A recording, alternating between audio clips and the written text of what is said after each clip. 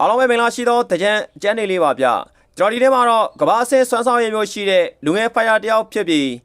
ဝမ်ချမ်းများရှစ်မှာရော USC ကိုပါရောက်မလာသေးတဲ့မြန်မာမွန်ဖိုင်တာလေးပုံညာဆိုင်အကြောင်းပြောပြချင်ပါတယ်အဲ့တော့ပုံညာဆိုင်ကဂျော်ရှာမန်တို့စွမ်းဆောင်ရည်မျိုးရှိတဲ့လူငယ်ဖိုင်တာတယောက်ပါ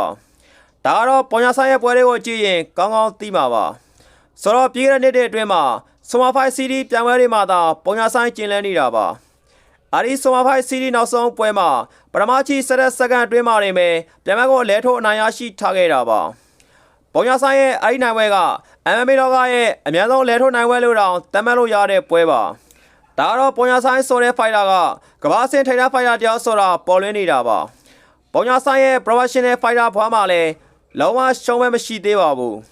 ဒါပေမဲ့ခုနောက်ပိုင်းမှာတော့ပုံညာဆိုင်ပွဲတွေမထိုးတော့ပဲကြောက်ချက်သားကောင်းနေတာပါအဲ့တော့ဒီလောက်ကောင်းနေရတော့ဝမ်ချန်ပီယံရှစ်နဲ့ USC ကိုမြောက်သေးဘူးလားဆိုပြီးပြည်သားတွေမေးနေကြတာလည်းရှိပါတယ်ဒါကတော့ပုံညာဆိုင်အနေနဲ့ဝမ်နဲ့ USC ကိုသွားဖို့အဆက်အသွယ်မရှိတာလားဒါမှမဟုတ်အခြားဖွဲ့စည်းမှထိုးမှလားဆိုတော့သိမကြခင်မှာပြည်သားတွေသိရတော့မှာပါဆိုတော့ပြည်သားတွေအားလုံးကလည်းဝမ်ချန်ပီယံရှစ်နဲ့ USC တစ်ခုခုမှာပုံညာဆိုင်ကိုမြင်ချင်းနေကြတာပါအဲ့ဒီဖွဲ့စည်းတစ်ခုခုကိုသာပုံညာဆိုင်ရောက်သွားမယ်ဆိုရင်လည်းအောင်မြင်မှုတွေရမှသိကြပါတယ်အဲ့တော့ပုံညာဆိုင်ကဂျော်ရှာမန်လိုဘောင်းစဲရန်ကောင်းပြီးလက်သီးချက်တွေရန်ပြင်းတဲ့ MMA ဖိုက်တာတယောက်ပါအဲ့တော့မြန်မာမိုးဖိုက်တာလေးပုံညာဆိုင်မြန်မာဖိုက်တာတွေအများကြီးရှိတဲ့ဝမ်ချန်ပီယံရှစ်ကိုရောက်သွားမလားဒါမှမဟုတ်ဂျော်ရှာမန်ရှိတဲ့ USC ကိုရောက်သွားမလားဆိုတော့ကျွန်တော်တို့စိတ်ဝင်စားစောင့်ကြည့်သွားရအောင်ဗျာ